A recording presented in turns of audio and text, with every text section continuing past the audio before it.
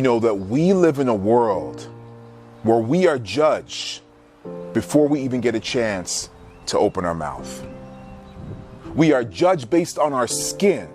We are judged based on our complexion. We are judged based on our religion, our sexual orientation, and whatever else people want to separate us with. We are judged before they get a chance to get to know who we are, before they can really see the contents of our character. And you know, the sad thing is, the same thing that people use to judge us, we can't even control. I can't control that I was born a man. I can't control the skin color that I was born into. But the same thing people use to judge us is the same thing that we can't even control. You know, the funny thing is that if you were to look at somebody and you were to find someone that you believe, that you look at and see that they are the exact opposite of you visually, you find someone who's older than you or younger than you, someone who has a very different color complexion as you, someone who's a different sexual orientation as you, if you take that person that you perceive as being opposite of you, and you take their DNA and you put it under a microscope, and you take your DNA and you put that under a microscope, you know what you're going to find? The difference between them and you is 0.01%. That means that you share 99.99 of the exact same DNA. Yeah, that's someone who you perceive looks different than you. But you are more alike than you are different. But you know what's extremely sad? Is that 0.01%, people have used that little piece that makes you different. People have used it to cause genocides in this world. 0.01% has been responsible for the Holocaust. It has been responsible for 400 years of slavery in the United States, for 200 years of slavery in Canada, and for slavery that still exists in the world right now. 0.01%. You have to hear me. We are more alike than we are different. Then why do we continue to use that 0.01% to separate us from other people? To make people feel bad, to discriminate, to segregate?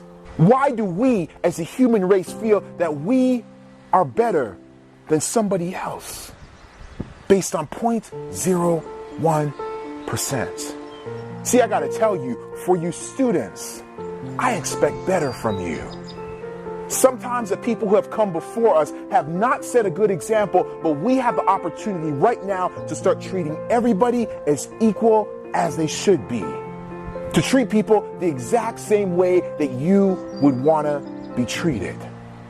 Every human being that's on this earth, we've been all given the exact same gift, and that's the gift of life. You see, if I cut myself and I bleed just like you. When I'm sad and I cry because I'm full of emotion, I cry just like you. We are all the same. We are all equal. Martin Luther King once said, "The time is always right to do what's right." So you see, I'm looking for some students right now who are not afraid to stand up and be the change this world needs. I'm looking for students who are brave enough, who are bold enough, and who are strong enough. See, I'm looking for someone who's brave enough.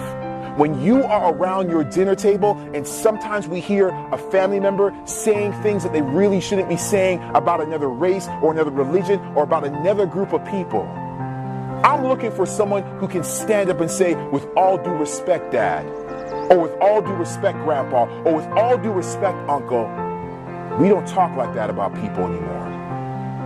I'm looking for people who are brave enough. I'm looking for someone who's bold enough to stand up in a room that is absolutely packed, and when everybody is making fun of one individual because of something that's different on them than everybody else, I'm looking for someone who's bold enough to look around the room and say, "The way you all are acting is not right." I'm looking for someone who's strong enough.